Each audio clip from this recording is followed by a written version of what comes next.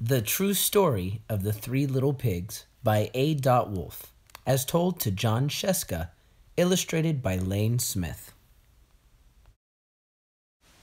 Everybody knows the story of the Three Little Pigs, or at least they think they do. But I'll let you in on a little secret.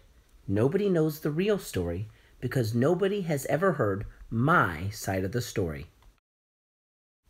I'm the wolf, Alexander T. Wolf. You can call me Al. I don't know how this whole big bad wolf thing got started, but it's all wrong. Maybe it's because of our diet. Hey, it's not my fault wolves eat cute little animals like bunnies and sheep and pigs. That's just the way we are. If cheeseburgers were cute, folks would probably think you were big and bad too. But like I was saying, the whole big bad wolf thing is all wrong. The real story is about a sneeze and a cup of sugar.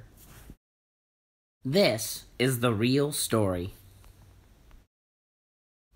Way back in Once Upon a Time, I was making a birthday cake for my dear old granny. I had a terrible sneezing cold. I ran out of sugar. So I walked down the street to ask my neighbor for a cup of sugar. Now this neighbor was a pig, and he wasn't too bright either. He had built his whole house out of straw. Can you believe it? I mean, who in his right mind would build a house of straw?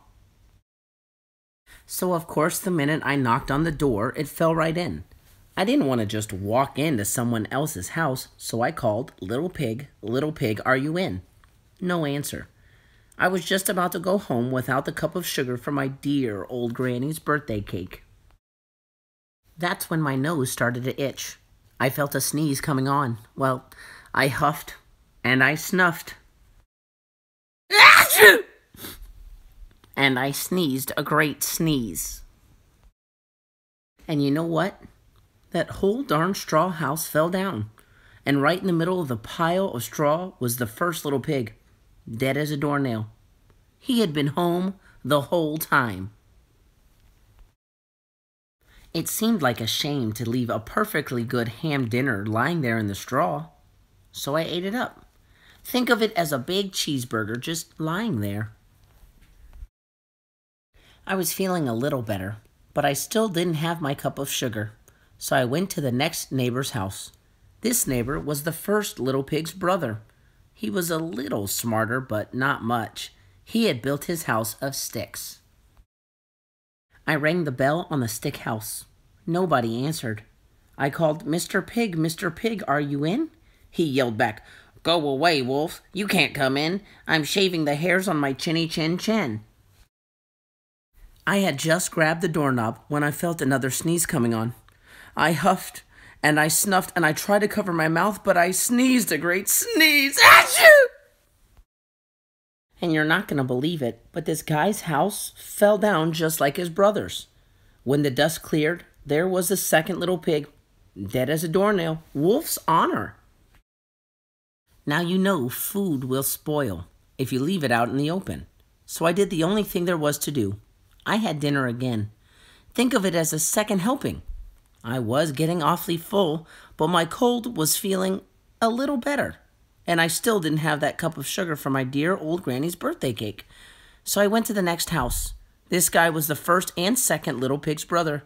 He must have been the brains of the family. He had built his house of bricks. I knocked on the brick house. No answer. I called, Mr. Pig, are you in?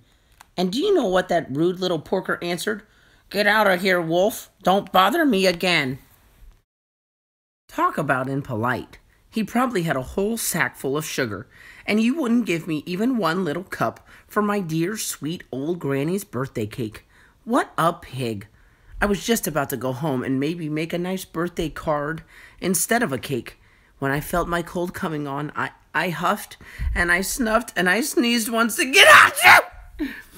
Then the third little pig yelled, And your old granny can sit on a pen. Now, I'm usually a pretty calm fellow, but when someone talks about my granny like that, I go a little crazy.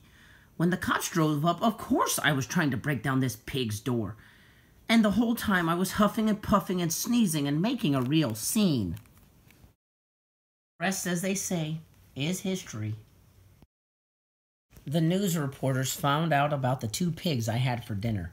They figured a sick guy going to borrow a cup of sugar didn't sound very exciting. So they jazzed up the story with all of that huff and puff and blow your house down, and they made me the big bad wolf. That's it. The real story. I was framed. But maybe you could loan me a cup of sugar?